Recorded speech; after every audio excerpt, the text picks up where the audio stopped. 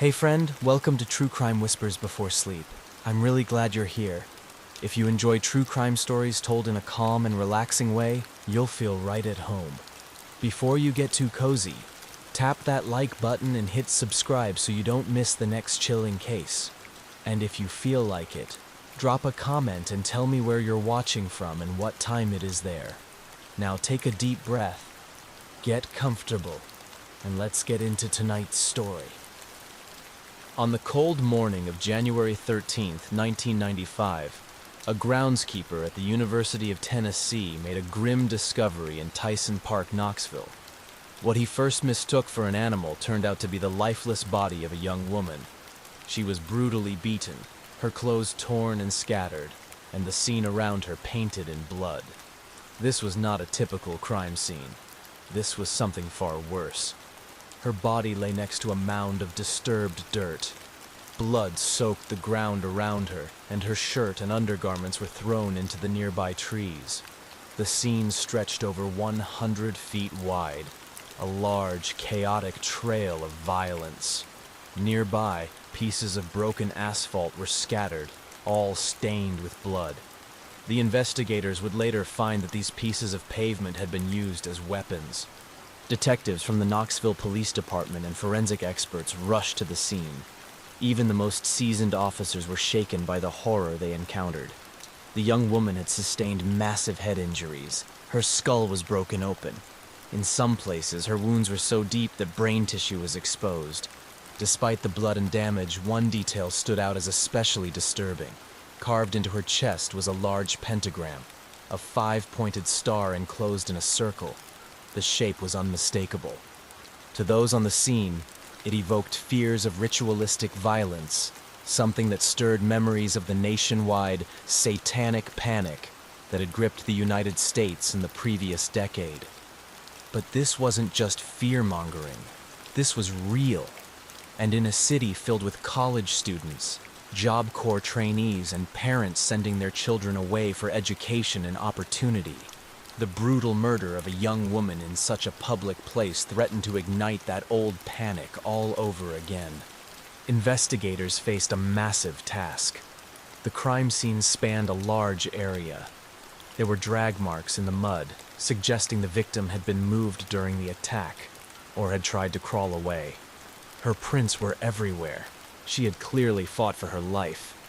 Nearby, detectives found a large slab of pavement, later determined to be a piece of the path that wound through the park. It had been used as a weapon, likely the one that caused the most significant head injuries. From the number of fragments and the amount of blood found on them, investigators believed the attack had taken a long time. This wasn't an impulsive act. This was something fueled by rage. What worried detectives even more than the brutality was the symbolism. The pentagram, the missing piece of skull, the manner of the injuries. Could this be a cult killing? And if so, were more victims at risk? Before they could even answer that, they needed to know, who was this girl? The first real lead came quickly. A woman from Jackson, Tennessee called the police. She hadn't been able to reach her daughter, who was attending the local Job Corps program near the park. The woman was panicked. She'd heard about the murder on the news and knew her daughter had mentioned disturbing things about some students involved in strange behavior. She named her daughter, Colleen Slemmer. When police checked the Job Corps dormitory, Colleen wasn't there. A sign-out sheet confirmed she'd left the building the previous night and never returned. Worse, she had signed out with 3 other students. All of them had come back, except Colleen. A teacher came forward soon after. He had seen Colleen on the night of January 12th, the night of the murder. She had seemed happy. She told him she had just come back from Christmas break and was proud of the pink sweater she had received as a gift. She was looking forward to the new year.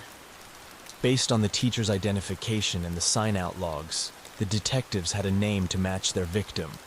Colleen Slemmer, 17 years old, a student of Job Corps, smart, quiet, and passionate about computers. Dental records would later confirm the identification. Her mother, May Martinez, was devastated.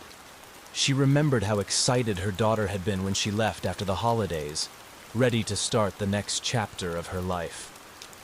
Now that chapter had ended in horror, and the question turned to why. Why would someone target Colleen? Why was she so violently attacked? And who were the other 3 students she signed out with that night? The forensic work at Tyson Park continued late into the day. Police officers, detectives, and crime scene technicians carefully documented every inch of the area. The mud revealed handprints, marks of a desperate struggle. Blood was splattered in multiple directions, showing the victim had moved or been moved during the attack. This wasn't just a place where a body had been left. It was where Colleen had fought for her life. Pieces of asphalt were everywhere. Some were large and broken, others shattered into smaller bits. All bore traces of blood. Based on the damage to Colleen's head, detectives concluded that she had been hit repeatedly with these heavy objects. Each strike took time. Each required intent. The attack had lasted for more than 45 minutes, and it had been deeply personal. Colleen was nude from the waist up. Her jeans remained on, mostly clean and free from blood and dirt, leading detectives to conclude that the attack was not sexually motivated. This detail, later confirmed by the medical examiner, ruled out one common motive. The medical examiner's findings made things even more disturbing. Colleen's body had been slashed repeatedly with a box cutter. Her throat had been cut 7 separate times. Her head had suffered multiple impacts, and one piece of her skull was missing. Not shattered and scattered, but surgically removed. It was only after the body had been washed for autopsy that the pentagram became fully visible. Carved directly into her chest, it stretched from shoulder to shoulder and from collarbone to below her ribs. It had been done with a steady hand. To investigators, it seemed almost impossible to ignore the signs. In the middle of the satanic panic era, when fears about cults and rituals ran high, this crime bore all the hallmarks of a supposed ritualistic killing. But was it a genuine ritual, or was someone trying to make it look like one?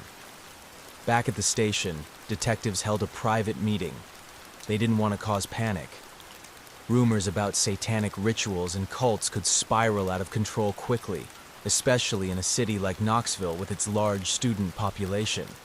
So far, the media knew only the basics. A young woman had been found dead in Tyson Park. Detectives decided to keep the ritualistic details, especially the pentagram, out of the public eye. Only those directly involved in the investigation were told the full truth. Meanwhile, panic had already begun to spread. Parents were calling the University of Tennessee and Job Corps, desperate to hear from their children. Some pulled their kids out of school. Others contacted the police directly with fears and tips. One of those tips came from Colleen's own mother. Her call helped detectives trace Colleen to Job Corps and gave them the first real break in the case. Now they needed to look closely at the 3 students who had signed out with her that night. And what they found next would take the investigation in a new, chilling direction. The Knoxville branch of Job Corps was located just a short walk from Tyson Park. It was a federally funded program meant to help young adults, often from low-income backgrounds, learn trades and transition into the workforce. Students could study anything from culinary arts to computer programming, and they lived on campus in dormitories. In 1995, the dorms were separated by gender. Female students lived on one floor, male students on others. Students shared common areas and communal bathrooms. There were rules, curfews, limits on room visits between male and female students, and a strict sign-in and sign-out policy. That's how detectives were able to identify the 3 students who had signed out with Colleen on the night she was killed. All 3 returned without her. The names: Krista Pike, her boyfriend Tadarrell Shipp, and their friend Shadola Peterson. One teacher, after hearing the news about the murder, stepped forward. He remembered seeing Colleen that evening. She had been in a good mood, wearing a pink sweater she had received for Christmas. He had no idea that it would be the last time anyone saw her alive. Krista Pike was the queen bee of the Job Corps program. At only 18, she stood out. Fiery red hair, a commanding presence, and a mix of charm and cruelty that made others follow her or fear her. She had a way of pulling people in, making them feel important, only to turn on them without warning. Those who knew her said she was unpredictable. One moment she was kind and affectionate, the next, she could be vicious. Daryl Shipp, 17, was Krista's boyfriend. He studied culinary arts and had a reputation for being laid back, until he wasn't. When angry, Daryl could become explosive, and he had a dark side that made many of his classmates uneasy. He openly claimed to be a Satanist. His dorm room was said to be decorated with candles, a pentagram, and other symbols. Some thought it was just a way to shock people. Others believed he meant it. Krista, infatuated with him, adopted his beliefs. Friends said she began participating in rituals, kneeling at his altar, and calling herself Little Devil to match Daryl's tattoo, which read Baby Satan. Shadola Peterson, the quietest of the trio, seemed to follow Krista's lead. She was eager to please and did what Krista told her to. She rarely questioned anything. Those close to her said she wanted to fit in and would do anything to stay in Krista's favor. Together, these three formed a tight and dangerous bond, one that would soon erupt into violence. Krista Pike's life was marked by chaos long before she arrived at Job Corps. Her early years were a cycle of instability, neglect, and pain. Her parents divorced when she was a toddler, remarried a year later, and then divorced again 2 years after that. Her mother struggled with her own issues, including a suicide attempt, and Krista often found herself caught in the middle. As a young child, Krista was reported to have been found crawling through filth in the house, left alone and uncared for. Her aunt described the home as unfit, with Krista surrounded by dog waste and trash. Seizures went untreated, needs went unmet. She was eventually taken in by her paternal grandmother, who provided some stability. But when her grandmother died in 1988, Krista's fragile sense of safety collapsed. She was only 12 years old when she attempted to take her own life. Her father accused her of sexually abusing a younger sibling, and she was kicked out of his house. Krista denied the accusations, and later in life, she claimed she had been the victim of sexual abuse herself, a claim that was dismissed by many due to her reputation for dishonesty and manipulation. Still, her behavior grew increasingly erratic and violent. She was arrested for threatening a former boyfriend with a butcher knife and spent time in a juvenile facility. Her time there led her to Job Corps, a chance, she thought, to start over. But the darkness that had followed her from childhood never left. At Job Corps, Krista quickly rose to prominence. She was intelligent, funny, and knew how to command attention. But she was also manipulative, controlling, and cruel. Those who lived in the dorms said Krista treated the environment like her own personal kingdom. She gathered friends, demanded loyalty, and punished anyone who crossed her. She bonded instantly with Daryl Shipp. To outsiders, it looked like an intense teenage romance. To those closer, it was something darker. The two were inseparable, always in each other's rooms, breaking rules, and performing bizarre rituals. Together, they worshipped symbols of evil, and their behavior unsettled the rest of the dorm. Krista's friends, especially her roommate Kim and 2 other girls, Amy and Shadola, all became part of her inner circle. Among them was Colleen Slemmer, who, like Krista, had joined Job Corps to build a better future. Colleen was shy, thoughtful, and bright. She loved computers and books. She wasn't interested in drama or dating. But when she waved hello to Daryl one day in the hallway, Krista decided that Colleen was a threat. Krista began a campaign of bullying that quickly escalated. She accused Colleen of trying to steal Daryl. When Colleen denied it, Krista called her a liar. Then she spread rumors, saying Colleen was promiscuous. When that didn't stick, she accused her of being racist. She even went so far as to convince Shadola, who was black, that Colleen hated her. Krista's manipulations turned many against Colleen, and soon, the once safe dorm became a nightmare. Colleen kept to herself. She didn't fight back until one day she did. In front of witnesses, Colleen finally told Krista she wasn't interested in Tadaro, that he seemed like a nice guy, but he wasn't her type. The words were simple, but Krista twisted them into something else. She claimed Colleen had insulted Tadaro because he was black and used that to justify her hatred. Soon after, Colleen's room was trashed. Her belongings were stolen. Her money is gone. Krista denied doing it herself, but made sure people knew who was responsible. Colleen had enough. She reported Krista to Job Corps authorities. Krista was placed under investigation. One more infraction and she would be expelled. For Krista, it was all slipping away. Her boyfriend, her power, her control. She couldn't let that happen. Over the winter break, Krista vanished from the dorms. When she returned, she told friends she'd suffered a miscarriage. She had been pregnant with Tadaro's child, she claimed. The relationship between them had been strained, and the loss sent her into a darker spiral. But as January rolled around, Krista seemed to change. She smiled more. She said she wanted to start over. She waved at Colleen. She told people she wanted to make amends. Even Colleen seemed relieved. The bullying had stopped. On the night of January 12th, Krista approached Colleen and invited her to walk to Blockbuster to rent a movie. It seemed innocent enough. They laughed. They signed out together.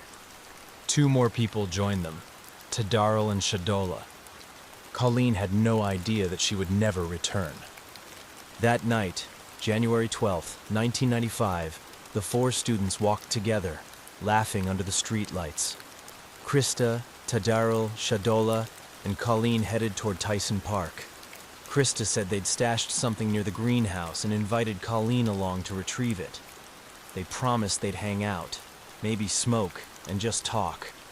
Colleen agreed, likely hopeful that the truce was genuine. She had no reason to suspect what was coming. As they entered the wooded trail, everything grew quiet. The park was dark, isolated, and cold. This wasn't a shortcut to the video store. This was something else entirely. Kim, Krista's roommate, would later tell detectives that Krista had revealed her plan before leaving. She'd said she wanted to hurt Colleen, even kill her, just because she felt like it. Kim thought it was just talk. She was wrong. Later that night, Krista returned to the dorm alone. Her pink sweater was gone. She seemed breathless, excited, and she carried something in her pocket. A piece of Colleen's skull. Krista told Kim everything. How she lured Colleen to the park, how they all surrounded her, how it started as a confrontation, then turned into something darker. Krista said she hit Colleen first. She slammed her head into her knee, threw her to the ground, and kicked her repeatedly. She hit her with a broken piece of asphalt. She mocked her. She laughed. She told Kim that Colleen begged for her life over and over again, asking, "Why are you doing this to me?" But Krista didn't stop. She sliced Colleen with a box cutter. Then she used a meat cleaver. She said Tadaro held Colleen down while she kept cutting. When Colleen tried to run, they chased her, dragged her back. Krista described it all in detail. She didn't seem remorseful. She sang. She danced. She warned Kim, "Tell anyone, and I'll kill you too." The next morning at breakfast, Krista tapped her jacket pocket and smiled. "I'm eating breakfast with it," she said. Krista couldn't stop talking about what she'd done. She showed another classmate the piece of skull. She pointed to the stains on her shoes. "That's not mud," she said. "That's blood." That student went straight to the police. Meanwhile, detectives were already reviewing the dorm sign-out sheet. They knew Colleen hadn't come back. They knew Krista, Tadaro, and Shadola were the last to see her. Now, with this new tip from a student, they had confirmation. Krista, Tadarrell, and Shadola were brought in for questioning. The interviews didn't take long. None of them denied being there. Krista especially seemed eager to talk. She smiled. She described the attack in vivid detail, claiming she hadn't planned to kill Colleen, even though several people had already said otherwise. When asked why she brought weapons with her, she admitted to having a box cutter and a small meat cleaver. She refused to say who gave her the cleaver. Detectives suspected it came from one of the culinary students. She claimed the group told Colleen they had hidden marijuana in the park and invited her to smoke. When they reached the woods, she said things escalated. She hit Colleen, then kicked her, then dragged her. Krista said Colleen begged, promised not to tell, and cried for help, but she kept attacking. When Colleen tried to run, someone, likely Tadarrell, tackled her. Then she slashed her again, over and over. She said she slit her throat 6 times. Then she cut out a piece of her skull. Then she carved the pentagram. Tadarrell was different. He was quiet, sullen. He wore a pentagram necklace and admitted to carving half of the star into Colleen's chest. He said it wasn't a ritual. It wasn't planned. He just went along with it. But he had no explanation for why. He admitted to holding Colleen down, watching her beg, helping Krista. Shadola claimed she did nothing. She said she stood by, just watching. But she didn't help.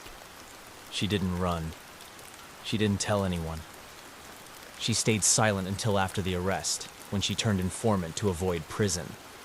The aftermath of Colleen Slemmer's murder sent deep shockwaves through both the Job Corps program and the broader Knoxville community. News of the killing spread quickly, and the details only worsened the sense of horror. Students were stunned. Many had shared dorm halls, classrooms, and even casual conversations with the individuals now accused of committing something unthinkable.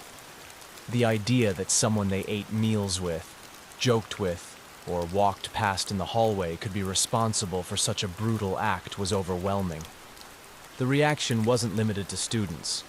Teachers, administrators, and local residents were all shaken. Vigils were held. There was a strong sense of fear among the students, and many parents rushed to contact their children or even pull them out of the program. Staff members had to scramble to manage both the emotional needs of students and the media attention descending on the school. Colleen's family was devastated beyond words. Her mother, May Martinez, was shattered. She had spent the holidays with her daughter not long before and still carried vivid memories of their time together. The cheerful, bright-eyed girl who loved computers and was finally starting to come out of her shell had vanished, replaced by headlines and grief. The reality of her daughter's death and the way she died was almost too cruel to believe. For detectives, the path was clear. Swift justice was necessary, not only to hold the perpetrators accountable, but to reassure a terrified community. With confessions, physical evidence, witness accounts, and the suspects in custody, the wheels of justice began to move rapidly. The charges came down hard. Krista Pike was formally charged with first-degree murder. Due to the viciousness of the attack and clear evidence of premeditation, prosecutors announced they would seek the death penalty. At just 18 years old, Krista became a central figure in one of Tennessee's most disturbing murder cases. The trial began in March of 1996. The courtroom was tense, crowded with reporters, concerned citizens, and grieving family members. As the case unfolded, the public got a full view into Krista's past, her disturbing behaviors, and the toxic relationship she shared with Tadarrell Shipp. Jurors were shown graphic crime scene photos. They listened to recordings of Krista describing the murder in her own words, laughing and boasting.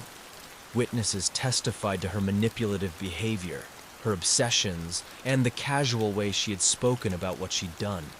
There was no ambiguity. Krista had not only taken Colleen's life, she had enjoyed it. The court saw her not just as guilty, but as dangerous, unrepentant, and disturbingly proud. After 2 long months, the jury reached its decision. Krista Pike was found guilty of first-degree murder. The judge delivered the sentence, death by electrocution. At the time, she became the youngest woman on death row in the United States since 1972, and the only woman on death row in the state of Tennessee. The sentence made headlines across the country. While some felt justice had been served, others were uneasy. The idea of sentencing someone so young to death sparked debates, but not for May Martinez. To her, the punishment was too merciful. May believed that Krista deserved to feel even a fraction of the terror and pain her daughter experienced that night in Tyson Park. A quick death, she said, didn't match the horror of what had been done. It didn't feel like justice. It felt like a loophole.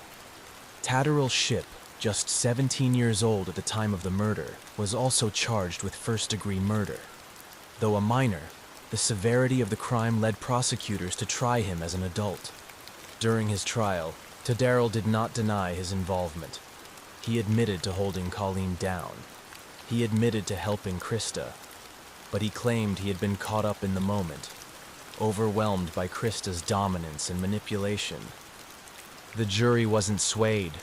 Tatterall was found guilty and sentenced to life in prison, plus an additional 25 years. These sentences would run consecutively. He will be eligible for parole in December 2026, a decision that continues to spark concern for those who believe his role was far more than passive. Shadola Peterson's path was different. She cooperated with investigators, offered testimony, and was given probation in exchange. While some understood the strategy, many were outraged. Shadola had been there. She had witnessed Colleen's suffering. She had a chance to intervene, to run, to tell someone. But she didn't. Her silence, many felt, was complicity. Time didn't dull the pain for May Martinez. Her daughter was gone, and each year that passed was a reminder of what was lost. Birthdays, holidays, anniversaries, they all passed with a shadow over them. May became an advocate. She pushed relentlessly for Krista's execution to be carried out. She attended every hearing, gave interviews, and made sure her daughter's name wasn't forgotten. For her, this wasn't about vengeance. It was about justice, about closure. Krista Pike remained on death row. Over the years, her attorneys filed multiple appeals. They argued that her mental health had never been properly addressed, that she had been isolated in solitary confinement for decades, a form of punishment they said was unconstitutional. In 2012, Krista was caught attempting to orchestrate an escape plan. She had connected with someone out of state and was planning to bribe a prison guard to help her flee. The plan failed, but it reminded the public that she was still dangerous, still willing to manipulate, and still seeking control. Even now, Krista's name is debated. Some argue she was a product of trauma, of a broken system that failed her. Others see her as a symbol of unchecked evil. Forums, podcasts, and legal panels continue to dissect the case. But one thing remains constant. For May Martinez, and for anyone who knew Colleen, the wound never healed.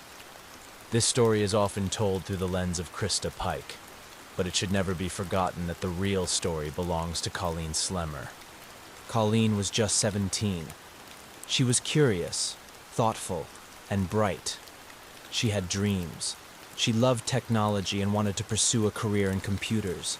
She was kind, quiet. A young woman working hard for a better future. She went to Job Corps because she believed in bettering herself. She wanted to learn and succeed, not just for herself, but for her family. She deserved to feel safe, to be supported, and to have her chance.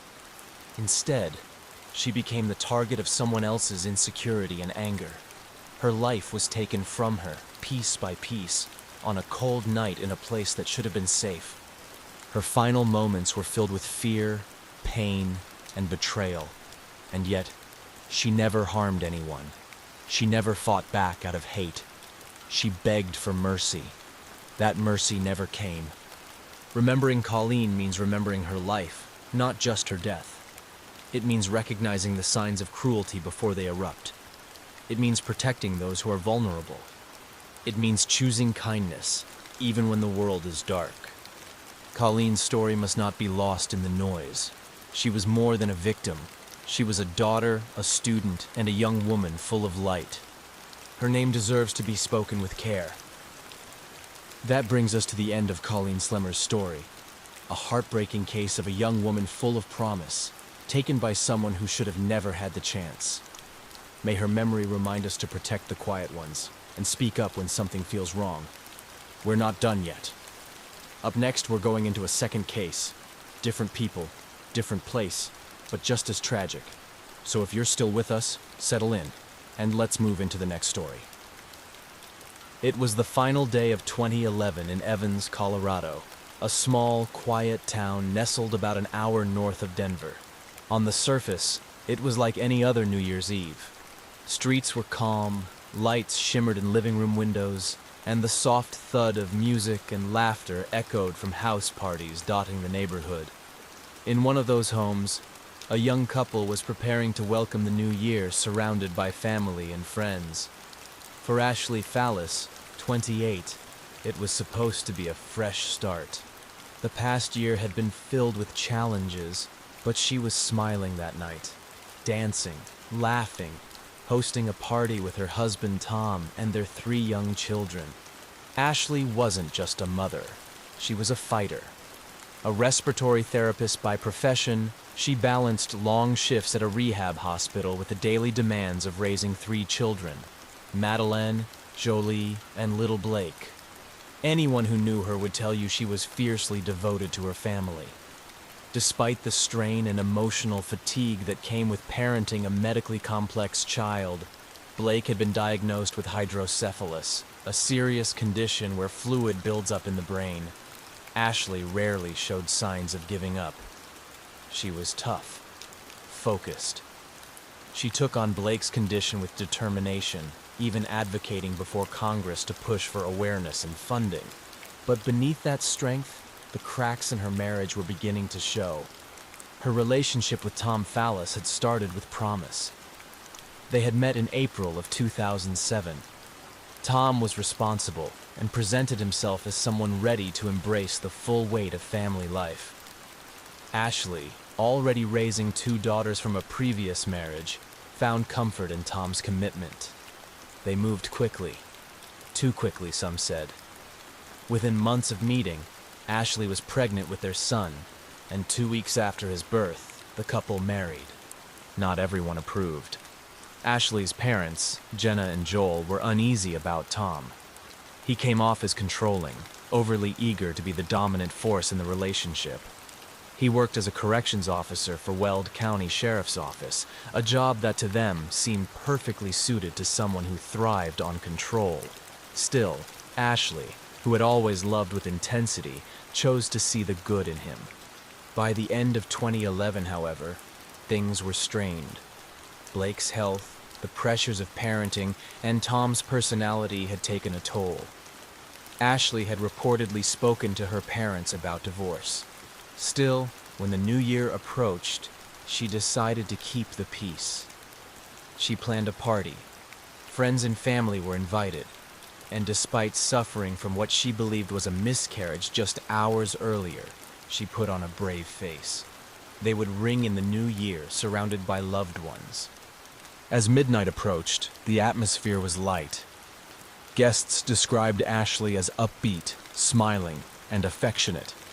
She had even talked about hosting a Super Bowl party in the coming weeks. Whatever sadness she may have carried from earlier that day, she didn't let it show. But inside the home, not everything was calm. Witnesses recalled Tom growing agitated as the night wore on. He cursed loudly about fantasy football, petty, aggressive outbursts that embarrassed Ashley in front of her family. When Jenna asked him to tone it down for the kids' sake, he snapped. F*** those kids, he reportedly muttered. He said they always woke him up at night. The tension grew. Later, he would explode in anger again, yelling at Ashley's family that he wished they would all die. Still, Ashley walked her parents out around 12:48 a.m. She hugged them, smiled, kissed them goodbye. She stood on the porch waving as they pulled away, still talking about that Super Bowl party. According to her mother, she didn't seem upset. This wasn't out of the ordinary. Tom's behavior, sadly, had become familiar. 10 minutes later, the phone rang. It was 12:50 a.m. Tom was screaming on the other end of the line. "You are not leaving me! You are staying here!" he cried into the 911 dispatcher's ear. His voice was frantic. He said his wife had just shot herself in the head. Just minutes earlier, she was smiling. Now she was bleeding out in the bedroom. Jenna and Joel hadn't even gotten far. They had pulled over with Ashley's uncle to discuss the disturbing behavior they had witnessed at the party. As they sat parked, emergency vehicles sped past them in the opposite direction, heading straight for Ashley's house. Something was very wrong. That was only the beginning. By the time Jenna and Joel returned to Ashley's house, red and blue lights painted the neighborhood. Squad cars and an ambulance were already there. The quiet street had become a flurry of chaos, and at the center of it all was Tom, pacing the porch, yelling, his shirt soaked in blood. But Ashley was nowhere to be seen. What had happened inside that house after they pulled away? Minutes earlier, their daughter was smiling and waving goodbye. Now, officers were roping off the scene with yellow tape, and paramedics were rushing inside. Jenna and Joel were not allowed in. They stood back, helpless, their worst fears starting to settle in their chests like concrete. Something terrible had happened, and they could only guess what it was. Their daughter, always the light in the room, the one holding it together for her children, was inside, injured, or worse. Ashley's 9-year-old daughter, desperate and terrified, had sent a series of emails to Joel just after the 911 call. One message at 12:51 a.m. simply read, "Help!" Another followed a minute later. "Come here. Help!" Then came the final message, chilling in its clarity. She got shot.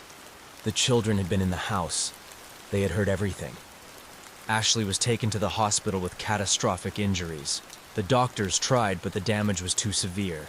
At 3:44 a.m., she was pronounced dead. The cause, a single gunshot wound to the head. The police began questioning Tom.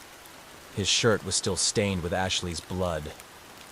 He looked shaken, but was composed enough to give them his version of events. According to him, Ashley had come into their bedroom angry. She'd told him she was going to do whatever she wanted, smoke if she wanted to, live the way she pleased. Then, while he was in the closet changing his clothes, he heard a click. When he came out, he said she was crouched on the floor beside the bed where she kept a 9mm handgun. Before he could react, she fired. He claimed it happened in seconds. He said he rushed to her side, cradled her head, grabbed the phone, and dialed 911. The dispatcher recorded him sobbing, screaming, begging her not to leave him. But the pieces didn't fit. Neighbors had heard screaming from the house. One, Chelsea Erico, lived just behind them. She said she could hear a man shouting, "Your effing mom! Answer my question!" Then she heard a woman yell, "Get off me!" Ashley had bruises on her legs, fresh ones.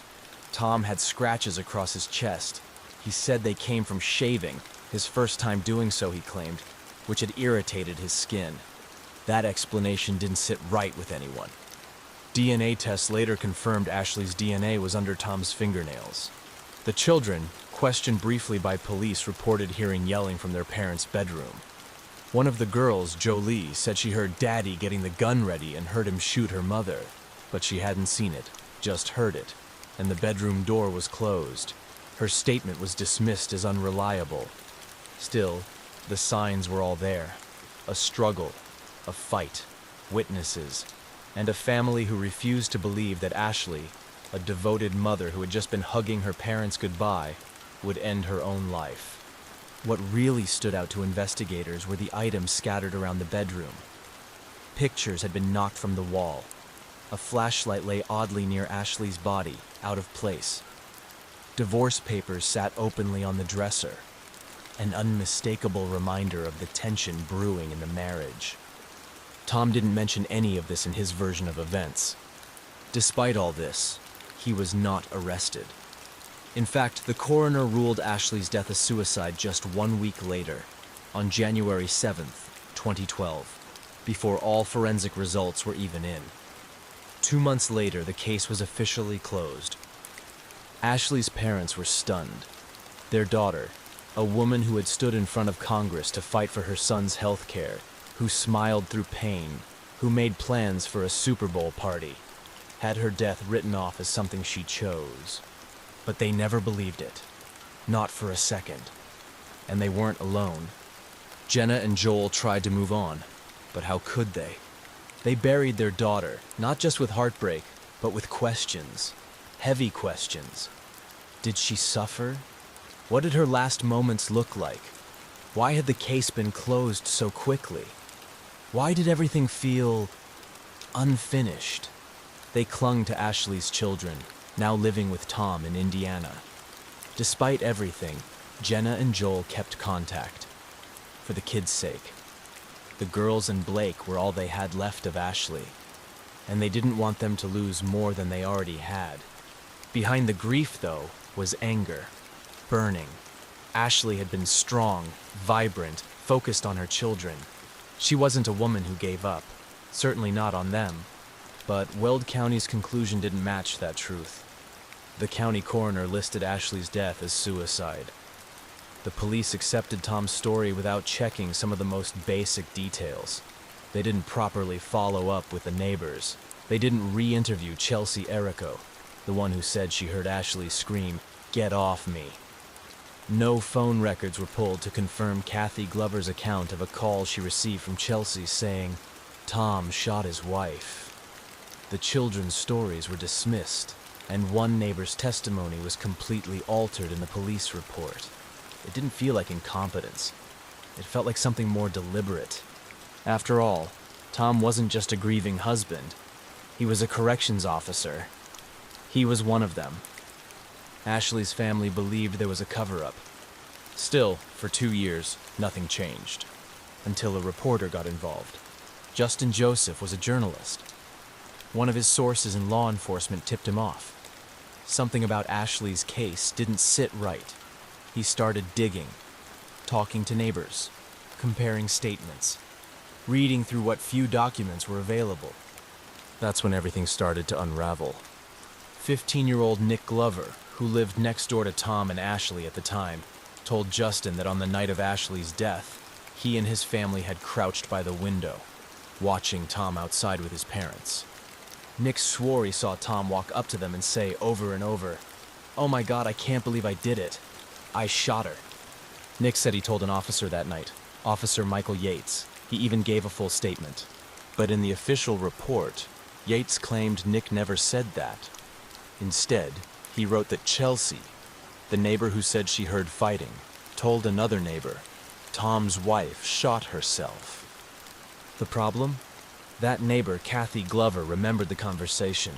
She said Chelsea told her, Tom shot Ashley. The details were being twisted. Justin kept digging, and the more he uncovered, the more disturbing it became.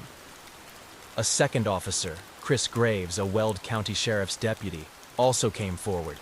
He admitted he heard Tom say, "I shot her. I can't believe she's dead." But Graves never reported it. He said it wasn't his case. That confession had sat unreported for 2 years. How many people had seen or heard something? How many were ignored or silenced? Armed with these findings, Justin ran the story. And just like that, the case reopened. But not by Weld County. Not this time. It was handed off to a neighboring agency in Fort Collins, a department not connected to Tom. A fresh set of eyes, a new investigation, and finally, hope. Hope for truth. Hope for accountability. And most of all, hope that Ashley's voice, silenced that night, might finally be heard again. The reinvestigation started with urgency, but caution. Fort Collins police knew they were stepping into a mess, a case long declared closed. a suspect who had walked free, a grieving family that had already been let down once, and a community questioning how far loyalty among law enforcement would go. But they began the right way, from scratch. They combed through photos from the scene. They reviewed autopsy findings. They interviewed witnesses again, some of whom hadn't been properly questioned the first time. Others, whose statements had been ignored or misrepresented, were given a second chance to speak. They revisited the neighbors.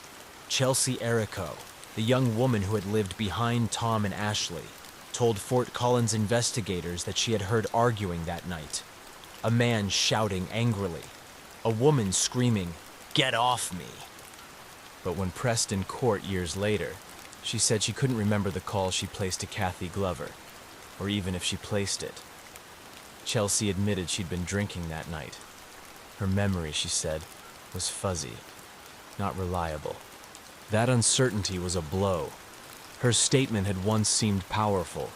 Now it became another maybe. But Nick Glover remained clear.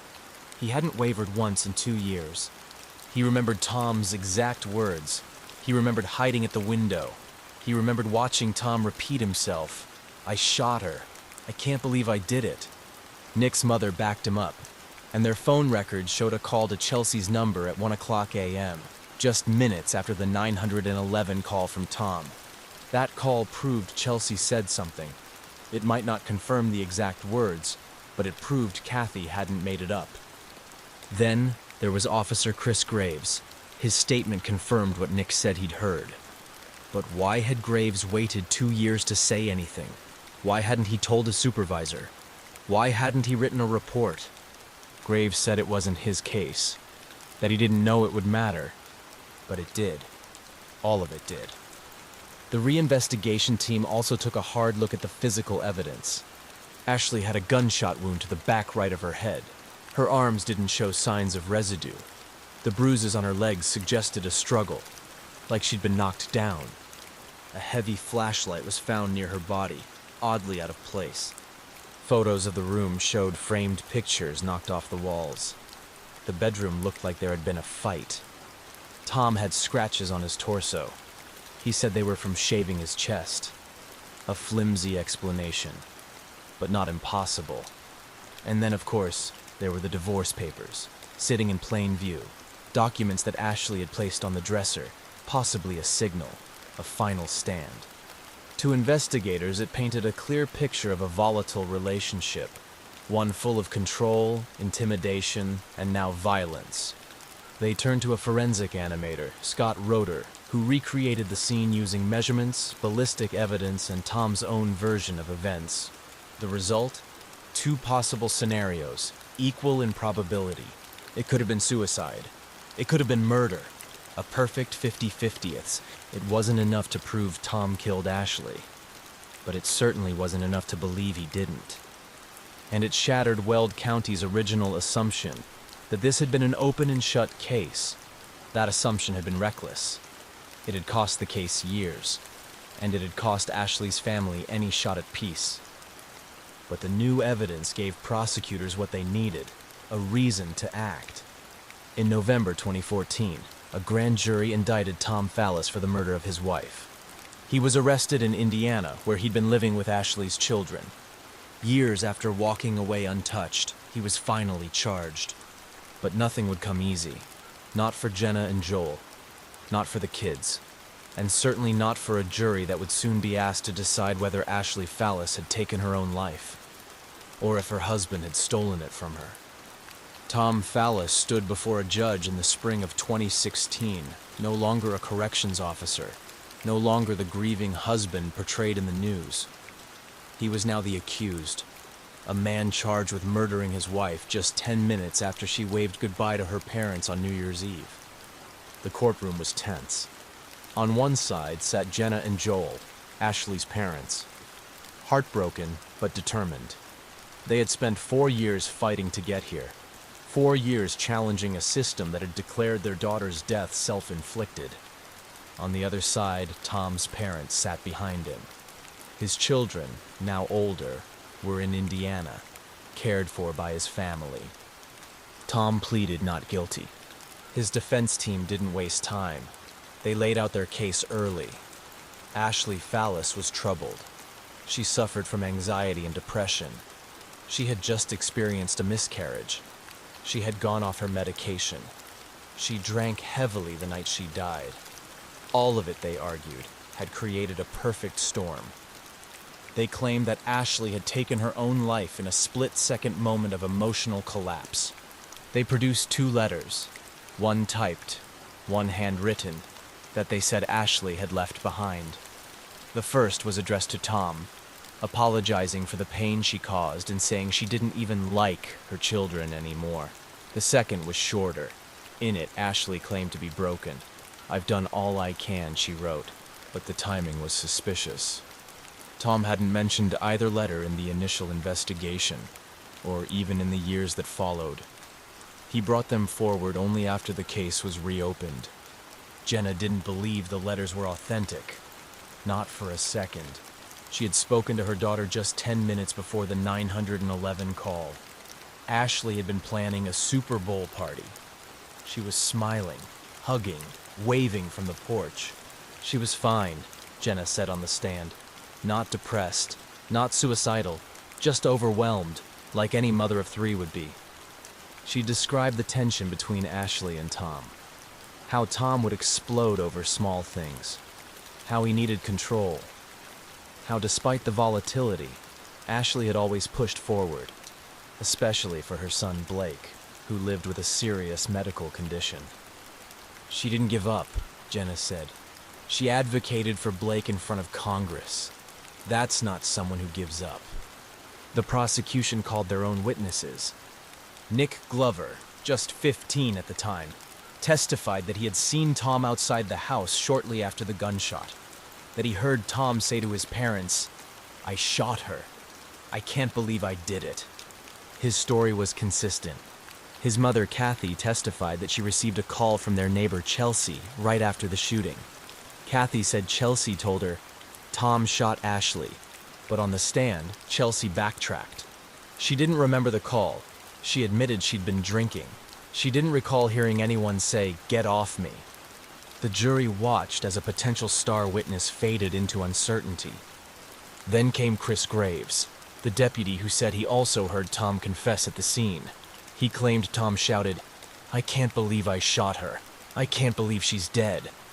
But Graves admitted he never wrote it down. He never reported it to a supervisor. He said it wasn't his case. The defense pounced on that. "Why wait 2 years?" they asked. "Why now?" Graves had no strong answer. His delay gave the defense a crucial opening. Doubt. Then came the experts. One prosecution expert said Ashley's wound was consistent with homicide. He believed she and Tom had been struggling over the gun. But another, called by the defense, said the angle of the wound could just as easily suggest suicide. He pointed to her mental health history, her medication changes, her family history, 2 relatives who had died by suicide. He said those factors couldn't be ignored. Then came Scott Roeder, the forensic animator. His analysis was sobering. The evidence, he said, gave equal weight to both theories. Suicide was possible. Murder was possible. It was a 50-50th case. And that was a problem. To convict Tom Fallis, the jury had to be sure, beyond a reasonable doubt. Not 50-50ths, not 60-40ths. They needed 100% certainty. After just 3.5 hours of deliberation, they returned to the courtroom. Tom Fallis was found not guilty. Jenna and Joel sat in stunned silence. Tom wept. The case was closed. Again. The not guilty verdict didn't end the story. It fractured it. Tom Fallis walked out of court a free man. He had faced the weight of a murder charge, endured a national spotlight, and ultimately walked away. But for Ashley's family, freedom for Tom felt like captivity for them. A sentence of unanswered questions, unresolved grief, and a justice system that had slipped through their fingers. Jenna sat in her car after the verdict and cried. Not the kind of cry that comes with sadness alone, but the kind that bubbles out from rage, helplessness, and pure exhaustion. Her daughter was gone, and in her mind, the person responsible had walked away, twice. That night, she couldn't sleep. Neither could Joel. They went through every conversation they had with Ashley during those final weeks. They reread text messages, replayed voicemails. They studied photographs from that New Year's Eve party like detectives. "She was glowing," Jenna whispered one night, flipping through an album. "She was laughing." And she was planning a Super Bowl party, planning to follow up with her doctor, planning to keep pushing forward with her work in hydrocephalus awareness. People who are finished with life don't make plans. Ashley's 3 children stayed in Indiana under the care of Tom's parents. Jenna and Joel tried to stay involved, calling, visiting, writing letters, but every interaction was complicated. How do you speak about your daughter when the man raising her children is the man you believe took her life? So they focused on memory. They built a foundation in Ashley's name. They spoke at schools, parent groups, domestic violence forums. Even though Ashley had never reported abuse, Jenna believed her daughter had been silenced long before she was shot, not with threats, but with isolation, with control. "She wasn't allowed to breathe," Jenna said in one interview. "She wasn't allowed to just be." The house in Evans, Colorado, where Ashley died, eventually went up for sale. Joel couldn't drive past it. Jenna wouldn't even look at it in photos. They heard rumors that new buyers didn't even know a woman had died in the master bedroom. Legally, the disclosure wasn't required. Still, to Jenna, it felt like the world had buried Ashley twice. Tom returned to life quietly. The media cycle faded. He pursued graduate school. He raised the children. He didn't speak publicly about the case, and his parents declined interviews. But to Ashley's family and friends, his silence spoke volumes. Jenna and Joel kept a box in their closet. Inside were photos, birthday cards, Ashley's hairbrush, and a small stuffed bear that still carried the scent of her old perfume. It wasn't much, but it was all they had left. They still talked to her. At Christmas, Jenna lights a candle. On Ashley's birthday, Joel plays her favorite song. And every New Year's Eve, at 12:48 a.m., the minute Ashley waved goodbye for the last time, they sit by the window, waiting, watching, wondering. The justice system is built on 2 pillars, truth and process. But for Ashley Fallis, her family, and the people who loved her, both pillars cracked under the weight of missed steps and decisions made too fast. When Ashley died, her case should have sparked a thorough and balanced investigation. Instead, what happened in those first 24 hours shaped the next 10 years. From the beginning, Tom Fallis told police his wife had shot herself. Officers on scene seemed to accept that. There was no gunshot residue test performed on Tom. No detailed interviews of neighbors. No forensic review of the flashlight lying near Ashley's body. The children inside the house weren't formally interviewed by specialists. And the neighbor who claimed to hear Ashley scream, "Get off me," was never brought back in for follow-up.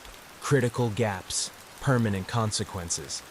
The coroner ruled Ashley's death a suicide just days after it happened, before forensic results came in. That ruling didn't just end the investigation. It changed the way everyone looked at the case.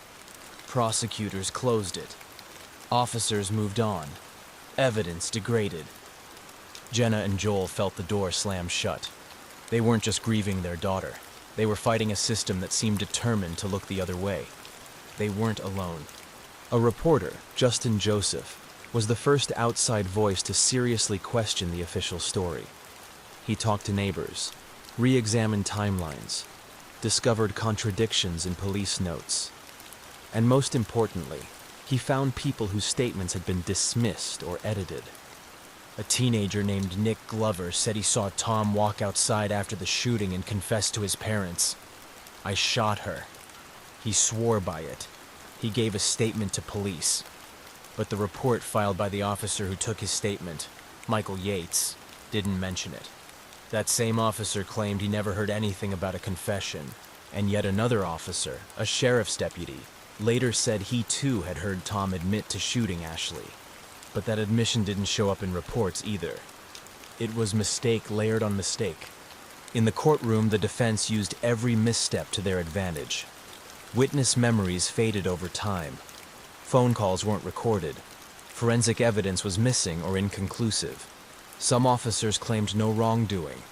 Others simply said, "It wasn't my case." That's the problem. When no one takes responsibility, no one is held accountable. The result? A case where everything pointed to foul play. Bruises, shouting, broken photo frames, a flashlight on the floor, a locked bedroom door, divorce papers, bloodied bedsheets. But nothing legally stuck. The jury couldn't convict Tom Fallis. Not because they believed he was innocent, but because they couldn't prove he was guilty beyond a reasonable doubt. The justice system worked exactly as it was designed, but that didn't make it right. Jenna and Joel knew the trial wouldn't bring Ashley back, but they hoped it would give her a voice, that someone would say out loud, under oath, what they had believed all along, that Ashley didn't end her life, that someone else did. Instead, the courtroom became another space where Ashley was silenced, not by gunfire, but by doubt. In the chaos of loss and the confusion of a failed justice process, 3 young lives were forever altered. Ashley Fallis's children, Madeline Jolie and Blake, weren't just witnesses to their mother's death. They were survivors of its fallout. The night their world shifted, they had been in the house, close enough to hear the shouting, close enough to feel something was wrong, close enough that Jolie, only 6 years old, made a statement to police that she had heard her father get the gun ready and that he shot Mommy.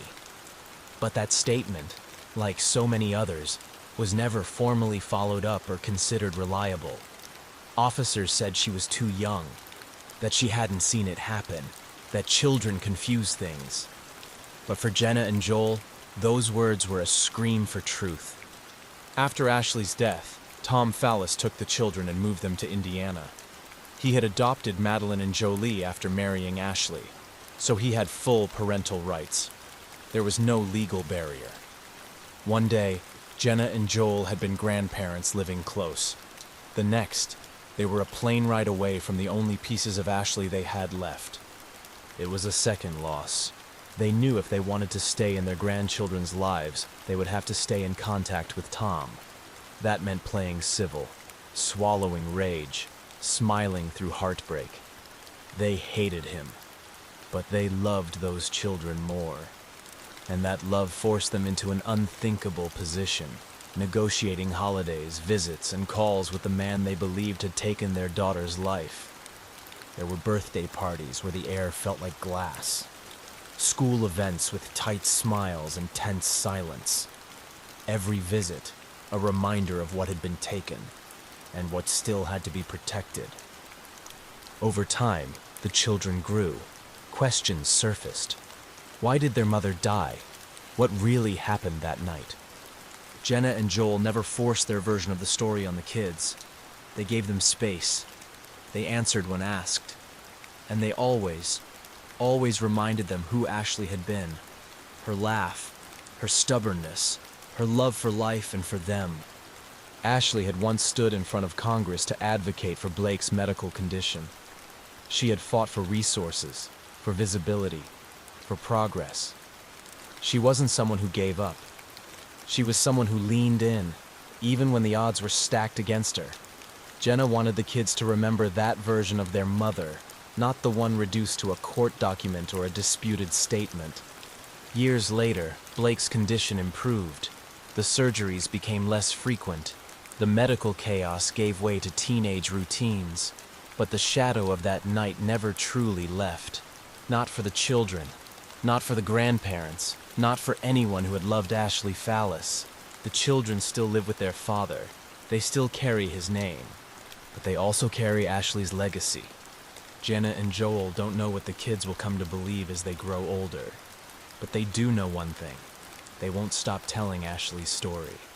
Quietly, gently, consistently.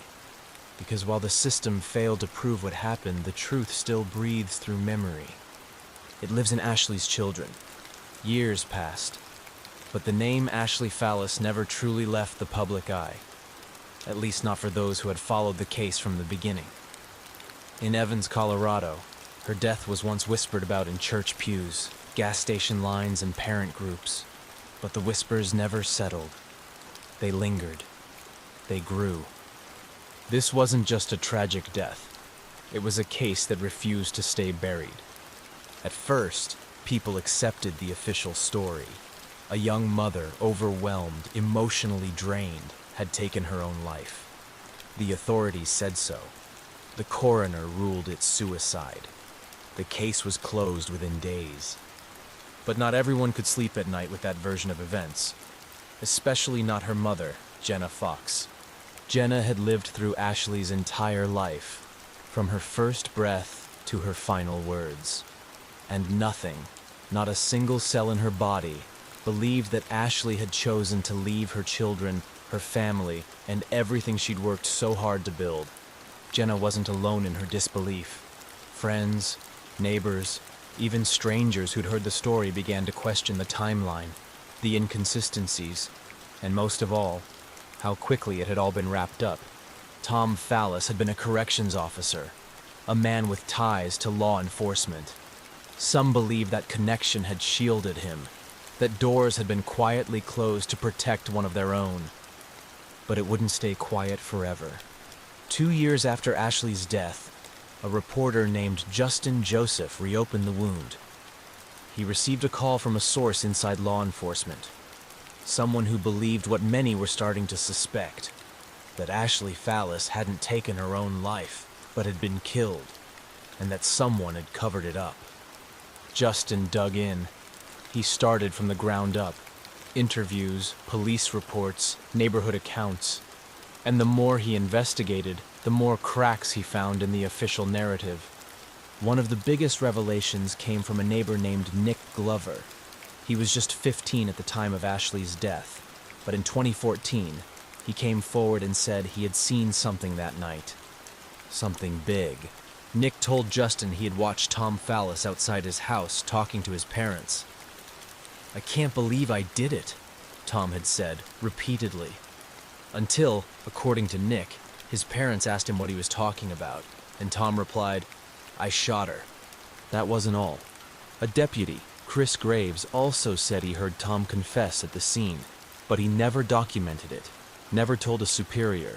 He claimed it wasn't his case, that he didn't think it was relevant. But it was. It was everything. When these revelations surfaced, the case was reopened. A fresh investigation began, not by Evans PD, but by a neighboring, more experienced department. Fort Collins took over, and with them came new eyes, new questions, and new pressure. Tom Fallis, who had moved to Indiana and tried to rebuild his life, suddenly found himself back under a microscope. He refused interviews, denied any wrongdoing. But the walls were closing in. In November 2014, nearly 3 years after Ashley's death, Tom was indicted for her murder. To Jenna and Joel, it felt like hope, like the truth was finally pushing its way through the noise, but indictments are not convictions. And what followed would test every ounce of their strength, because even reopened, even reinvestigated, Ashley's case would prove difficult. Time had passed. Evidence had been mishandled. Witnesses' memories had faded. And in the gaps left by a botched original investigation, reasonable doubt crept in. The case wasn't going away, but neither was the damage that had already been done. In March of 2016, the courtroom was packed. Some came for answers, others came for justice. A few just came to watch. Tom Fallis sat at the defense table, his expression unreadable.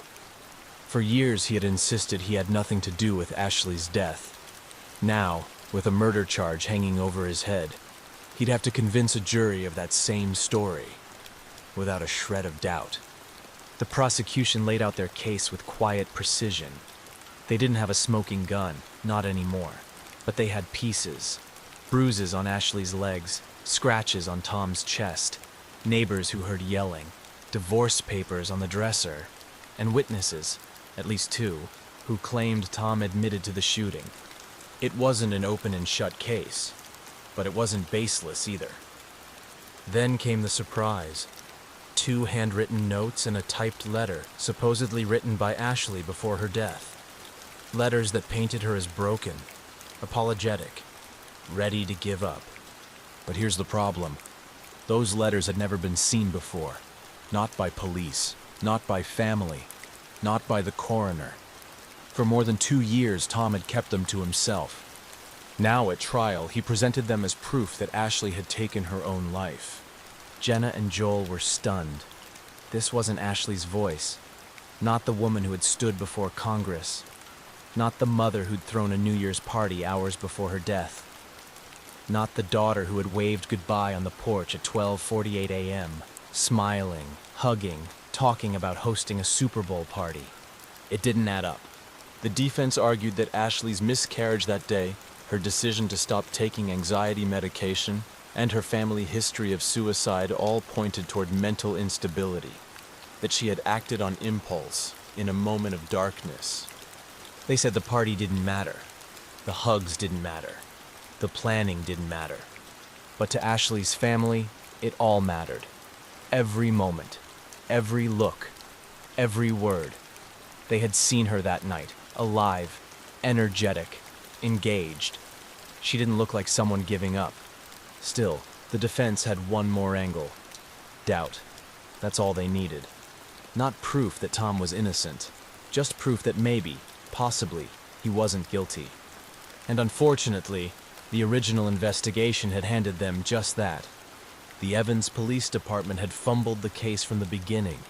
They didn't properly interview key witnesses.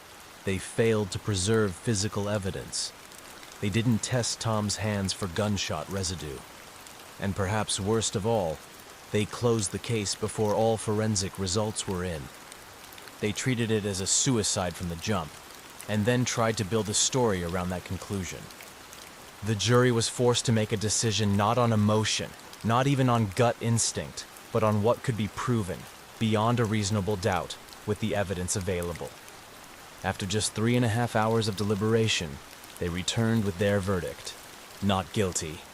Gasps echoed through the courtroom. Jenna collapsed into tears.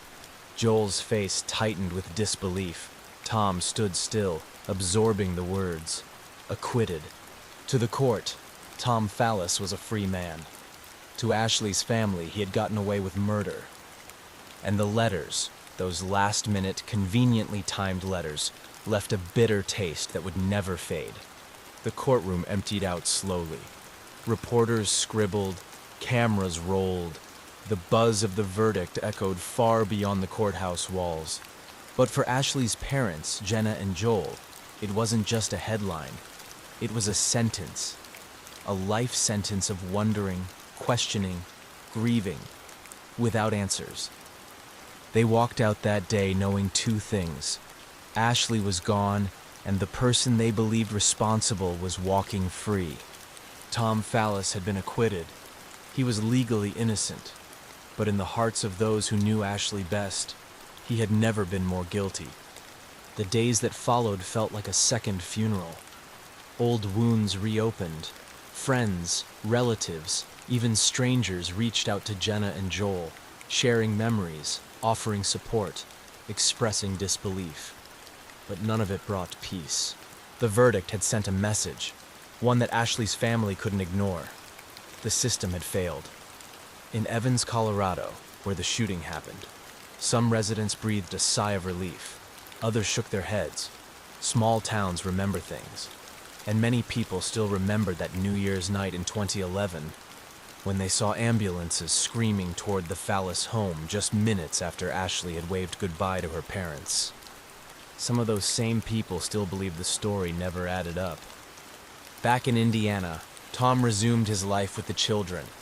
He had left Colorado shortly after Ashley's death, enrolled in graduate school, and built a routine. The trial had interrupted that. Now, with the case behind him, he returned to it, but not without scrutiny. The story had gone national. Interviews, podcasts, documentaries. It became part of true crime canon. Everyone had an opinion. The court had its verdict. But the public had its own version of justice. And Tom Fallis remained a subject of fascination and suspicion. For Ashley's children, Madeline, Jolie, and Blake, the confusion ran even deeper. They had been young the night it happened, too young to fully understand, but old enough to remember. Blake was only 4, Jolie 6, Madeline 9. They had seen things, heard things, felt things. They had lost their mother in the space of 10 chaotic minutes. Now they were living with the man accused and acquitted of causing it.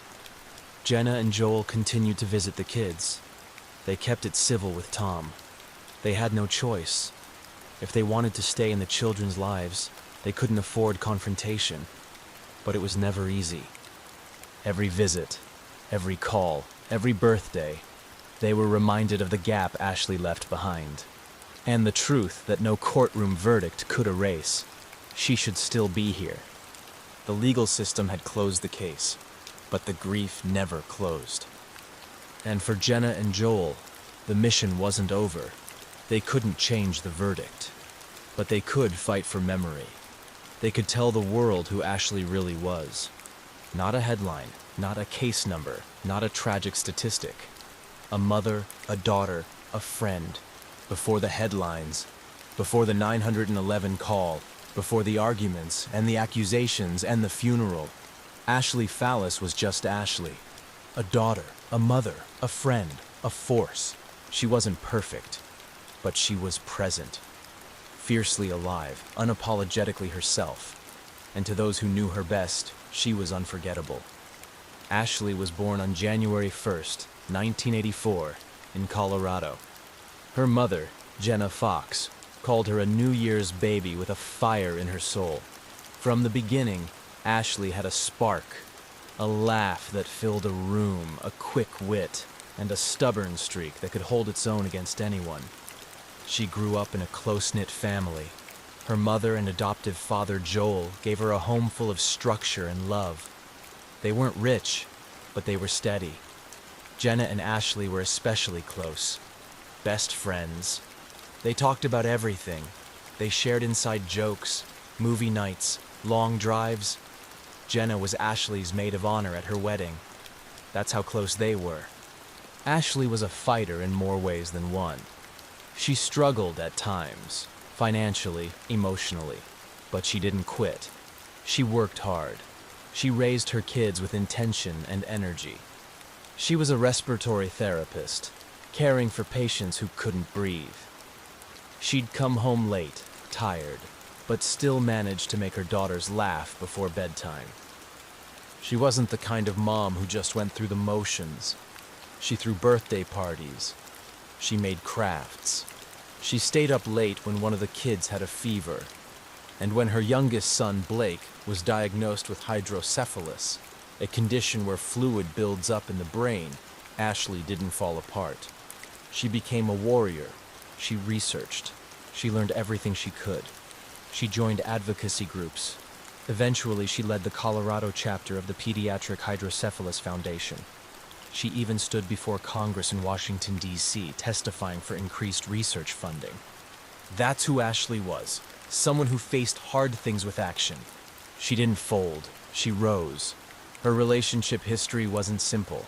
She married young and had 2 daughters, Madeline and Jolie, with her high school sweetheart. But the marriage didn't last. It was hard. 2 young people raising 2 kids. It wore them down. They divorced. But Ashley never regretted becoming a mother. Her daughters were her purpose. Then came Tom Fallis. She met him in 2007. He was a corrections officer, confident, assertive, sometimes too much so. Ashley fell fast, maybe too fast. Within months, she was pregnant again. They married quickly. Tom adopted Madeline and Jolie. They had Blake. From the outside, it looked like a complete family. But Ashley's parents weren't convinced. They saw something else. Control, arguments, possessiveness. Ashley didn't always admit it, But those closest to her noticed the change. Her spark dimmed a little. She laughed less. She looked tired. Still, she tried. She held the family together. She kept her kids protected, kept the home running. When things got hard, she didn't give up.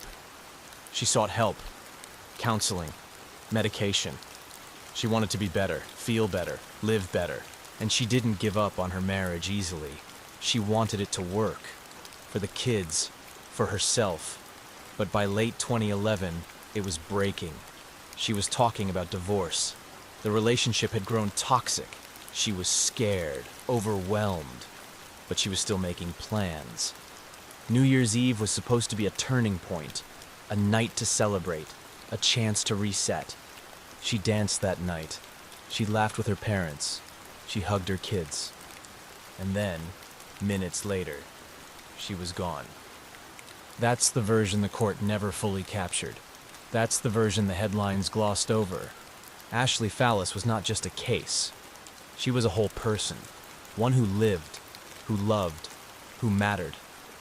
And this chapter, and the next, and every chapter after, is about holding on to that truth. December 31st, 2011.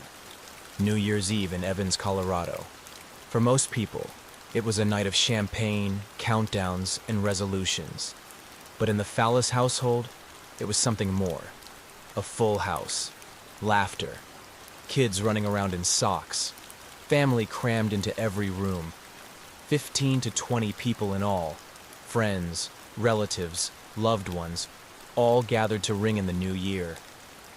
Ashley, 28, was glowing. Not in a dramatic, camera-ready way. In a real way. She was smiling, dancing barefoot in the living room, passing around food, laughing. She had just told her mom she wanted to host a Super Bowl party. That was weeks away. She was already thinking ahead, planning, dreaming. It wasn't a perfect night, though. There were cracks. Tom, her husband, was on edge. That wasn't unusual, but this time it showed. He got loud, started cursing, got into it about fantasy football. Jenna, Ashley's mom, asked him to quiet down. The kids were nearby. Tom snapped. "Fasterisk, asterisk, asterisk, those kids," he said. Then louder. "I wish you all would die." It wasn't said in a whisper. It wasn't private. Everyone heard it. He stormed off, slammed a door. Tension hung in the air like smoke. But Ashley, always the peacemaker, tried to keep it normal. When her parents got ready to leave, she walked them outside, kissed them goodbye, told them again about her Super Bowl plans. "Hope you can come," she said, waving from the porch. Her last words to them. That was at 12:48 a.m. By 12:50, a 911 call was placed. 2 minutes. 2 minutes. According to Tom, Ashley had walked into the bedroom. She was upset. They argued. She told him she'd do whatever she wanted, that she'd get high if she wanted to. Then, he claimed, she grabbed the 9mm handgun she kept under the mattress, knelt by the bed, and shot herself in the head. He told the dispatcher, "She shot herself. She's not leaving me. You're not leaving me." He was sobbing, screaming. But even in chaos, the details mattered, and the details didn't line up. Ashley had been cheerful minutes before, waving goodbye, talking about the future. No one saw this coming. The kids were still in the house. Their oldest daughter, only 9, started sending frantic emails to her grandparents. "Help! Come here! She got shot!" And outside, emergency vehicles were flying down the street, sirens blaring. Jenna and Joel had pulled over to talk on the side of the road. They had a feeling. Something was off. Then they saw the ambulances speeding past them, heading straight for the house they had just left. They turned around. Fast. What they came back to was chaos. Ashley had been taken to the hospital. Tom was on the porch, covered in blood, yelling. Officers had to threaten to use a taser just to calm him down. He insisted he was one of them. Weld County. He demanded specific officers respond. He didn't get to choose. The kids were inside, scared, crying. Ashley was in surgery. 1 gunshot wound to the head. No suicide note. No warning. Nothing that made sense. By 3:44 a.m., she was gone. Dead. A 28-year-old mother of 3 who had just been smiling on her porch hours earlier. The tragedy hit like a tidal wave. But for those who loved Ashley, something didn't sit right. The timing, the bruises, the argument, the history. None of it added up. And in the days that followed, the questions only grew louder. When officers arrived at the Fallis home that night, they weren't just responding to a gunshot wound. They were stepping into something messy. Something that couldn't be smoothed over by a few shouted explanations or a teary 911 call. Tom said it was suicide, but the room said something else. Ashley had been found with a single gunshot wound to the head, near the back of her skull. The weapon, a 9mm Taurus, was supposedly hers, kept under the mattress for safety. Tom said she grabbed it while he was in the closet changing clothes. Said he heard the gun cock, heard a pop, ran to her, called for help. But the layout of the room, the position of her body, the bruises on her legs, the broken pictures that had fallen from the wall, none of it fit cleanly into that story. There was a large flashlight lying near Ashley's body, a heavy metal one, the kind you keep for emergencies. It was out of place. Odd. There for no clear reason. Investigators couldn't explain why it was there. Tom never mentioned it. No one else had touched it. Ashley's legs were bruised, freshly. She hadn't fallen. She hadn't run into anything. And according to forensic experts, it looked like someone had struck her, possibly to force her down. There were scratches on Tom's torso. He said he'd shaved his chest for the first time and had scratched himself. But DNA found under Ashley's fingernails suggested something else. Struggle. Not only that, the framed pictures that usually hung on the bedroom wall had been knocked down. Divorce papers were sitting out on the dresser, front and center. They weren't hidden or folded away. They were right there, in plain sight, like a message, like a motive. Tom never mentioned the argument that had exploded minutes before. Never explained why so many guests at the party heard him screaming and cursing. Never offered details about the last moments his wife was seen alive, standing on the porch, planning a Super Bowl party. A neighbor, Chelsea, told police she heard yelling that night. Heard a man shouting, "Your fing, Mom. Answer my fing question." She said she heard a woman scream, "Get off me." But her statement didn't make it into any official report. Later, she couldn't even recall the call she made to another neighbor. A second neighbor, Nick Glover, just 15 years old at the time, said he watched from behind a window and saw Tom come out of the house. He said Tom approached his own parents, frantic, repeating over and over, "I can't believe I did it. I shot her."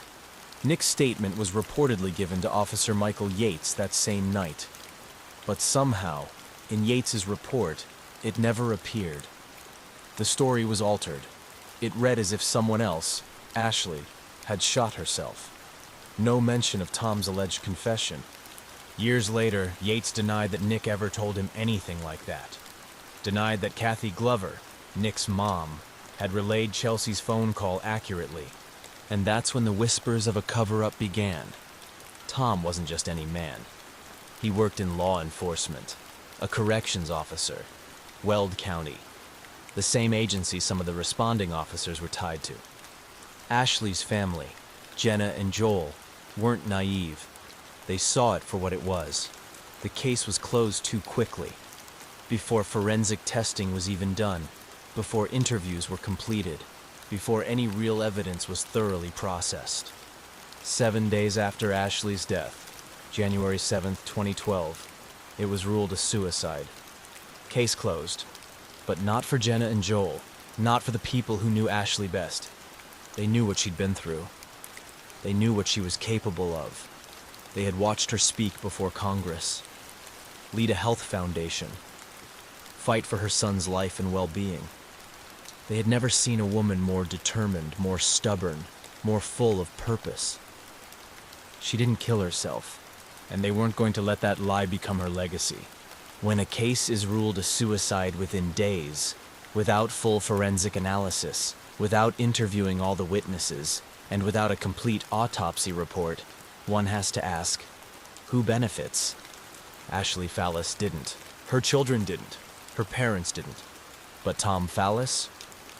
He got to walk free, with the kids, with the story shaped the way he wanted it, and a system behind him that either didn't care or cared too much about protecting one of their own. It started small, subtle. Officer Michael Yates took Nick Glover's statement the night Ashley died. Nick said he'd heard Tom admit to shooting her. Not just once, but 3, 4 times. I shot her. I can't believe I did it. But Yates's official report said nothing of the sort.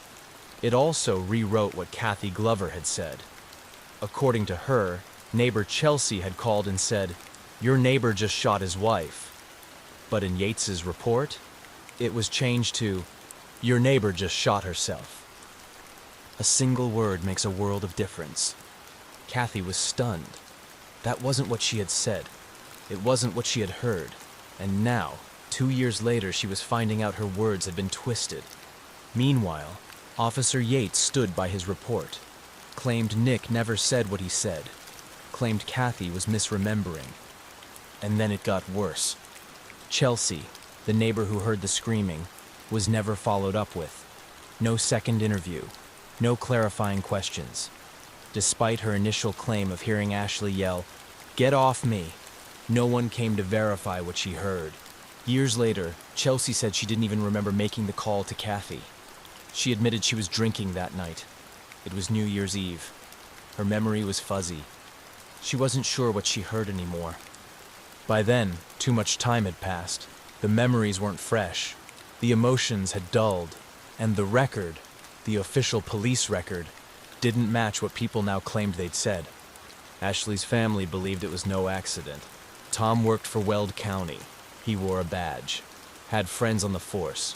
People knew him, respected him, protected him. Evans Police Department handled the investigation, but not well. Chief Brandt later admitted there were mistakes. He said officers should have followed up with Chelsea. Said maybe the case was closed too quickly. Said he wasn't the one in charge of every detail, but he was the chief. Ashley's parents didn't want excuses. They wanted accountability.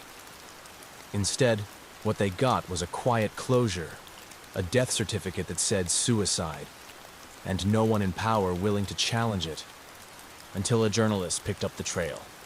Justin Joseph was an investigative reporter.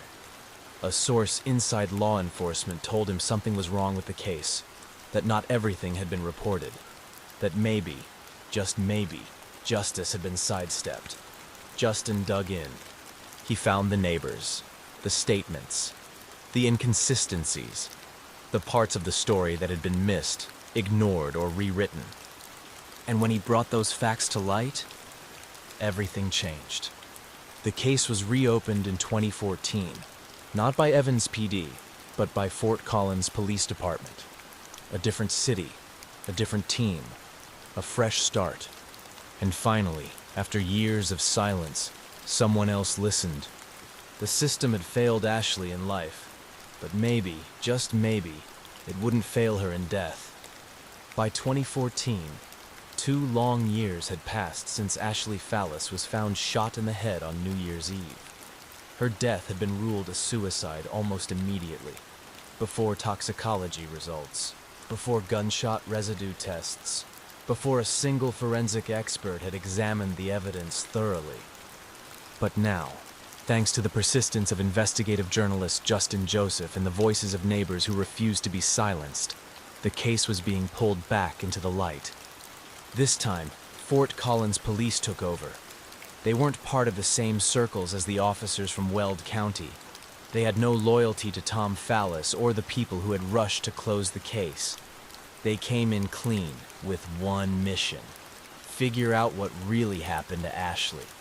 It was like opening a cold case, but it wasn't cold. Not to Ashley's parents, Jenna and Joel. Not to her 3 children, who had been swept away to Indiana with the man they believed to be their father. Not to the neighbors who still remembered the sounds that night, the yelling, the screaming, the chaos. Now, Fort Collins detectives began re-interviewing witnesses. Neighbors who had been dismissed were brought in again. This time, they were listened to. Their original stories were compared to the official reports, and the discrepancies stood out like bruises on bare skin. Nick Glover, 15 years old when it happened, repeated what he had said that night. He had watched from his window as Tom walked out to the driveway, visibly shaken, and told his own parents, "I shot her." His mother, Kathy, backed him up. She had heard the confession, too. She remembered calling another neighbor in a panic. But when that same neighbor, Chelsea, was brought back in, she couldn't confirm it. She admitted she had been drinking heavily. She wasn't sure what she heard. Her memory was foggy now. What once had felt like a scream, "Get off me!" now lived in a haze of doubt. Even so, the cracks were obvious. Tom's version of events. Ashley walked into the room, pulled a gun from under the bed, and shot herself while he was across the room. Didn't fit what forensic analysts later saw. Why were framed pictures knocked from the walls? Why was a flashlight found near her body, a heavy one that didn't belong in the bedroom? Why were there fresh bruises on Ashley's legs? Why was Tom's DNA found under her fingernails? Why were divorce papers sitting out in plain view? And why, most of all, had none of this mattered in the original investigation? The new investigators brought in forensic experts, crime scene analysts, gunshot residue specialists. They recreated the timeline, mapped out every movement, measured the angle of the bullet, the location of blood spatter, and the placement of objects in the room. What they found didn't support a clean suicide. The angle of the gunshot was difficult to reconcile with someone shooting themselves. The bruising on Ashley's legs suggested a struggle, and the DNA under her fingernails implied physical contact shortly before she died. Then there was the gun. Tom had claimed Ashley kept it under her mattress, but it was a heavy 9mm Taurus, not easy to handle. Not the kind of weapon easily lifted, cocked, and fired by someone in the position Tom described. And then came the flashlight. Found near her body, it had no business being there. It wasn't a regular household flashlight. It was a large metal tactical one, the kind used by law enforcement. Some speculated that it could have been used to subdue her, to knock her down before the fatal shot. That theory fit the bruises on her legs. Investigators believe Tom may have struck her, possibly to force her to her knees, before pulling the trigger. If that were true, it was murder. Cold, calculated, and brutal. Even more disturbing was the suggestion that after the shooting, Tom may have staged the scene to look like a suicide. He told 911 his wife had shot herself. He was crying, screaming, panicked. But his story didn't line up. He said she was alive when he called, but autopsy reports suggested otherwise. He claimed she had shot herself while he was in the closet. But based on timing and positioning, experts believed he had to have been near her, perhaps even touching her, when the gun went off. It wasn't just a matter of who fired the weapon. It was about intent, about control, about a pattern of behavior that stretched back years. Tom had always needed control over Ashley, over the household, over the narrative. Now, finally, he was losing it. In November 2014, a grand jury indicted Tom Fallis for the second-degree murder of Ashley Fallis. The next day, he was arrested in Indiana, where he had moved with the children. He had thought he was in the clear, that he'd escaped scrutiny. But the truth, once buried, was clawing its way back into daylight. Ashley's family felt the first flicker of hope, not closure. That wouldn't come for a long time, if ever. But justice? That was finally back on the table. The courtroom in Greeley, Colorado was tense from the start. It had taken nearly 4 years to get here. 4 years since Ashley Fallis was shot in her own bedroom, with her children just down the hall. 4 years since her husband, Tom Fallis, had called 911 and claimed she'd taken her own life. 4 years of questions that went unanswered, evidence that was ignored, and witnesses who had been silenced or overlooked. Now, it was time for the jury to hear what really happened on that New Year's Eve in 2011. Tom Fallis sat at the defense table, wearing a suit and tie. He looked calm, but tight, controlled, just like people remembered him. His face was clean-shaven, his hands folded, his expression neutral. But those who had lived through the events, Ashley's family, the neighbors who heard her scream, the people who knew her best, could still see the tension under his skin. Across the room sat Jenna and Joel, Ashley's parents. Their eyes were fixed on the prosecutors. For them, this trial wasn't about revenge. It was about truth, about telling their daughter's story the way it should have been told from the beginning. The prosecution started with what they believed to be a clear pattern: control, emotional abuse, and escalating anger. They described Ashley as bright, devoted, and full of life, a mother of 3, a woman who faced challenges but always fought back, a woman who had gone to Washington to fight for her son's medical condition, who never backed down from anything. She was the kind of person who pushed through, the prosecutor said in opening statements. She wasn't someone who gave up, and she didn't take her own life that night.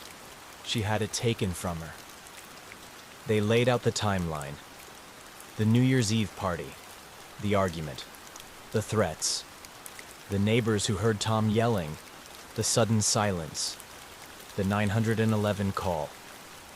They brought in Nicholas Glover, the boy who had watched from his window and said he heard Tom confess to his parents, "I shot her." They brought in Tom's co-workers, who remembered his temper, who talked about his need for dominance and control.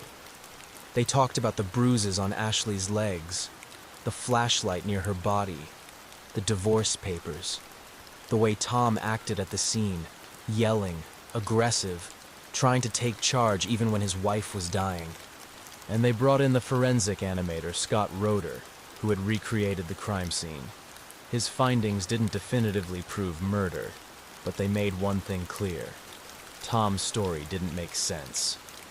Roeder's animation showed how unlikely it was that Ashley had shot herself from the angle Tom described. He showed that the physical evidence in the room, especially the location of the gun, the bruises, and the knocked-over photos, matched a struggle, not a suicide. But the defense fought back hard. They painted Ashley as overwhelmed, emotional, and struggling with her mental health. They pointed to her miscarriage, her decision to stop taking anxiety medication, and a note, typed and handwritten, that Tom claimed she had left behind. The typed note read, "Dear Tom, I'm sorry for your pain. I am a failure at everything. I find myself not even liking my children. I just cannot take this life any longer." To Ashley's family, it was unthinkable. Jenna sat in the courtroom shaking her head. She would never say that. She loved those kids more than anything. There is no way she wrote that. And it hadn't even been mentioned until years after her death, but the defense used it. They argued that Ashley had made an impulsive, tragic decision, that Tom had walked in too late, that the yelling earlier in the evening had nothing to do with what happened after midnight. They questioned the credibility of the witnesses. Nicholas was just a teenager, they said. His memory couldn't be trusted. Chelsea, the neighbor who heard screaming, had been drinking and didn't remember the phone call. Even the officer who said he heard Tom confess had waited 2 years to come forward. Too late, too questionable. The defense experts said the gunshot could have been self-inflicted. They explained that suicide, especially in moments of deep emotional distress, could look sudden, even shocking. And the jury listened. For 2 weeks they heard every detail, every expert, every photo, every piece of the puzzle. Ashley's children didn't testify. They were too young at the time of the shooting to understand what they had witnessed, and their statements had been inconsistent, partly because no trained child interviewers had been present that night. In the end, the jury was left with a question. Not just, did Tom Fallis shoot his wife? But can we be absolutely sure? That was the burden they had to meet, beyond a reasonable doubt. And after only 3.5 hours of deliberation, they came back with their verdict. not guilty. The courtroom fell into stunned silence. Tom Fallis stood and hugged his defense team. His family wept with relief. On the other side of the aisle, Jenna sat frozen, her eyes fixed on the floor. Joel held her hand, but said nothing. They didn't cry, they didn't scream. But in that moment, something inside them closed. Another door slammed shut on the truth. The courtroom emptied quickly, but for Ashley's family, time slowed to a crawl. Not guilty. 2 words that hung in the air like smoke they couldn't clear. Jenna stared at the floor for a long time. She didn't speak to anyone, didn't follow the reporters outside, didn't even look at Tom Fallis. There was nothing left to say. Her daughter was gone, and the man she believed responsible had just walked free. Again. For Joel, it felt like being punched without warning. It wasn't even close, he said later. 3.5 hours. That's not a jury wrestling with doubt. That's a jury who already made up their minds. But legally it was over. Tom Fallis walked out of court that day no longer a defendant, no longer a suspect. Whatever anyone believed, whatever the neighbors had heard, whatever the bruises had meant, he was a free man. Ashley's family went home and sat in silence. It wasn't just grief, it was disbelief, a kind of numbness that didn't fade. That night, Jenna pulled out old photos. Ashley as a toddler in Halloween costumes, as a teenager at prom, her smile in every frame. "She was so full of life," Jenna whispered, "and they took that from her. And now they want us to believe she just threw it away?" She didn't believe it. She never would. Neither did Joel. They still remembered the New Year's Eve party, the plans for a Super Bowl party just weeks later. Ashley hadn't been saying goodbye. She had been looking forward, laughing, hosting family, making plans. And she had told them, just 10 minutes before the shooting, that she loved them. She had kissed them goodbye. That wasn't someone planning to end her life. But what mattered in court was proof. And the system, for all its intentions, had failed to put the full story in front of that jury. Ashley's children, Madeline, Jolie, and Blake, remained in Indiana with Tom's parents. Jenna and Joel still visited, still made the trips, still tried to keep Ashley's memory alive for them. But they couldn't bring their daughter back, and they couldn't tell the children everything. Not yet. "You can't grow up with that burden," Jenna said once. "Not until they're ready to ask. And even then, we'll have to choose our words carefully." Because this wasn't just about tragedy. It was about the cracks in a system that missed the signs, ignored the red flags, and failed to act. The officers who didn't properly interview witnesses. The medical examiner who ruled suicide before the forensic reports came back. The neighbor who called 911 and was never interviewed again. The scratches, the bruises, the screams. Every warning signal had been muted, watered down, or dismissed. And Tom's story, riddled with holes, had been accepted as reasonable doubt. Ashley's name began to fade from headlines. Other cases came, other trials. The world moved on. But Jenna didn't. She became a voice for victims' families, especially those caught in the gray zone between homicide and suicide. She spoke at events. She sat on panels. She told Ashley's story again and again, not for justice anymore, but for awareness. "I want people to know what happens when a case isn't taken seriously," she said. "What happens when shortcuts are made, when people believe a story just because it's convenient." Joel stayed quieter, but his focus never shifted. He worked quietly behind the scenes, writing letters, supporting Jenna, pushing for reform in how law enforcement handled domestic violence-related deaths. In time, the family set up a scholarship in Ashley's name for young women pursuing careers in healthcare. They wanted her legacy to be about hope, not just pain. But every New Year's Eve, Jenna sat alone for a few minutes. The house would be quiet. The clock would tick toward midnight.